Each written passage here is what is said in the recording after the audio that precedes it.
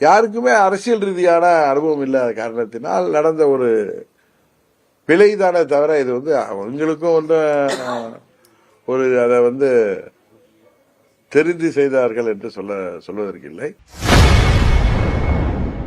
தவிக தலைவர் விஜய்க்கும் அவரை சுற்றியுள்ளவர்களுக்கும் அரசியல் தெரியவில்லை என அமமுக பொதுச் செயலாளர் டிடிவி தினகரன் விமர்சித்துள்ளார். கரூர் சம்பவம் குறித்த கேள்விக்கு அவர் இவ்வாறு பதிலளித்துள்ளார்.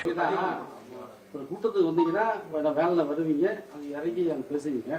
இவர் வந்து அந்த விமான நிலையத்திலேருந்து அப்படியே ரோட்ஸில் நடத்தி அது முன்னாடி ஒரு 500 பேர் 1000 பேர்த்து அப்படியே ஆட விட்டு வெயில்ல இவர் ஏசியில் வண்டியில் உட்காந்துட்டு அப்படியே சொகுசாக வர்றாரு. அது எந்த ஒரு நியாயம்? இல்லை, எல்லார் வேன்கள்லயும் ஏசி தான் இருக்கு. இல்ல இல்ல உண்மையை சொல்லல. இப்ப நான் போற வேன்ல ஏசி தான் இருக்கு. நாங்கள் மக்களை சேர்ந்து கண்ட உடனே அந்த கூட்டத்துக்கு தகுந்த மாதிரி வேன்ல வெளில வர்றதோ இல்லை இறங்கி அவர்களை பார்க்கறதோ நடக்கும். பட் அவர் புதிது தானே. அவர் வந்து திரை உலகத்தில் நல்லா அனுபவம் பெற்றிருந்தாலும் அரசியலுக்கு அவர் புதியவர். இன்னொன்று அவரை சுற்றி இருப்பவங்களும் ஒன்றும் நான் குறை சொல்லணும்னு சொல்லலை. நிறைய பேர் அவர்களுக்கு அது தெரிந்தவர்கள் தான்.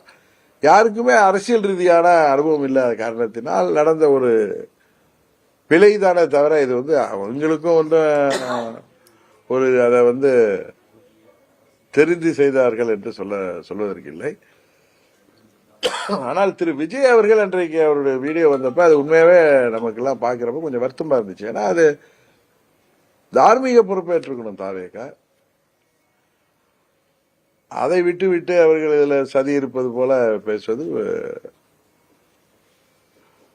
யாரோ அவரை தவறாக அவரது சட்ட வல்லுநர்களோ இல்லை அவரை சேர்ந்தவர்களோ அறிவுஜீவிகள்லாம் இருப்பாங்கல்ல, இதில் நிறைய பேர், அவர்கள் நீங்க வந்து இதுல தார்மீக பொறுப்பேற்றால் இது நீங்கள் பழியை ஏற்றுக்கொண்டது போல ஆகிவிடும், இது வழக்குகளை பாதிக்குன்னு சொல்லியிருக்கலாமோன்னு எனக்கு தோணுது. இது வந்து என்னுடைய கருத்து தான். அதை பார்த்ததும் அதுதான் நீதிமன்றமே அதனாலதான் இவ்வளவு கண்டனங்களை தெரிவிக்கின்ற அளவுக்கு சென்றிருப்பதாக நான் நினைக்கிறேன். செய்திகளை உள்ளது உள்ளபடி தெரிந்து கொள்ள ரெஃப்ளெக்ட் நியூஸை சப்ஸ்கிரைப் பண்ணுங்க.